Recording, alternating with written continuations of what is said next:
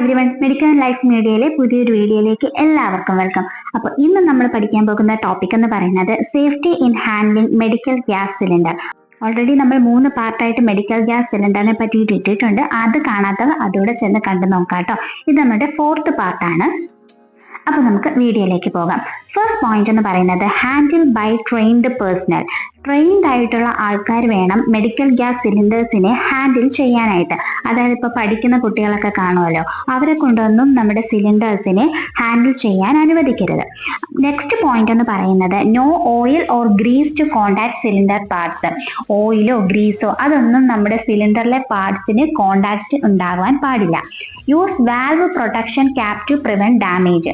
ഡാമേജുകൾ prevent ചെയ്യാൻ വേണ്ടിയിട്ട് valve protection caps use ചെയ്യുക. Then store in cool, clean, fire resistant, well ventilated area. നല്ല കൂളായിട്ടുള്ള, വൃത്തിയുള്ള, ഫയർ റെസിസ്റ്റന്റ് ആയിട്ടുള്ള, വെന്റിലേഷൻ ഉള്ള ഏരിയയിൽ വേണം നമുക്ക് മെഡിക്കൽ ഗ്യാസ് സിലിണ്ടേഴ്സ് സ്റ്റോർ ചെയ്യേണ്ടതായിട്ടുള്ളത്. ദെൻ നെക്സ്റ്റ് പോയിന്റ് എന്ന് പറയുന്നത് protect from extreme of weather. അതായത് എക്സ്ട്രീം ഓഫ് വെതർ എന്ന് പറയുന്നത് നല്ല തണുപ്പുള്ള സ്ഥലത്തോ അല്ലെങ്കിൽ നല്ല ചൂടുള്ള സ്ഥലത്തോ അങ്ങനെയുള്ള സ്ഥലങ്ങളിൽ മെഡിക്കൽ ഗ്യാസ് സിലിണ്ടേഴ്സിനെ സ്റ്റോർ ചെയ്യാതിരിക്കുക. ദ നെക്സ്റ്റ് പോയിന്റ് എന്ന് പറയുന്നത് smoking, flames and other heat sources should be prohibited. അതായത് മെഡിക്കൽ ഗ്യാസ് സിലിണ്ടേഴ്സിനെ നമ്മൾ സ്റ്റോർ ചെയ്തിരിക്കുന്ന സ്ഥലത്ത് നിന്നും സ്മോക്ക് ചെയ്യാനോ അല്ലെങ്കിൽ ഫ്ലെയിംസ് യൂസ് ചെയ്യുകയോ ഹീറ്റ് സോഴ്സസ് യൂസ് ചെയ്യുകയോ ഒന്നും ചെയ്യരുത്. അതെല്ലാം പ്രോഹിബിറ്റഡ് ആണ്.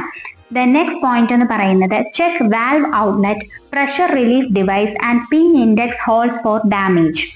വാൽവ് ഔട്ട്ലെറ്റ് ചെക്ക് ചെയ്യുക, പ്രഷർ റിലീഫ് ഡിവൈസ് ചെക്ക് ചെയ്യുക, പിൻ ഇൻഡെക്സ് ഹോൾസിലൊന്നും ഡാമേജ് ഇല്ല എന്നുള്ളതെല്ലാം ചെക്ക് ചെയ്ത് ഉറപ്പ് വരുത്തേണ്ടത് ആവശ്യമായ കാര്യമാണ്.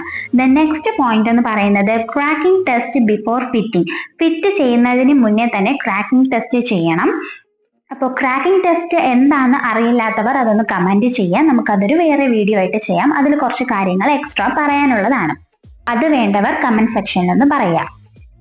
ദ നെക്സ്റ്റ് പോയിന്റ് എന്ന് പറയുന്നത് യൂസ് ഓൺലി വൺ വാഷർ. ഒരു വാഷർ മാത്രമേ ഉപയോഗിക്കാൻ പാടുള്ളൂ.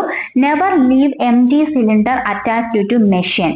ഒരിക്കലും എംപ്റ്റി സിലിണ്ടർ മെഷീനിലേക്ക് അറ്റാച്ച് ചെയ്തതിന് ശേഷം അവിടെ തന്നെ വെക്കരുത്. എംപ്റ്റി ആയി കഴിഞ്ഞാൽ മെഷീനിൽ നിന്നും അത് മാറ്റുക. ഓക്കെ. ദെൻ നെക്സ്റ്റ് പോയിന്റ് എന്ന് പറയുന്നത് use valve outlet caps during transport. Transport ചെയ്യുന്ന സമയത്ത് വാൽവ് ഔട്ട്ലെറ്റ് ക്യാപ്സ് യൂസ് ചെയ്യുക. ദെൻ നെക്സ്റ്റ് പോയിന്റ് എന്ന് പറയുന്നത് cover the cylinder during transport. Transport ചെയ്യുന്ന സമയത്ത് സിലിണ്ടറിനെ കവർ ചെയ്യുക.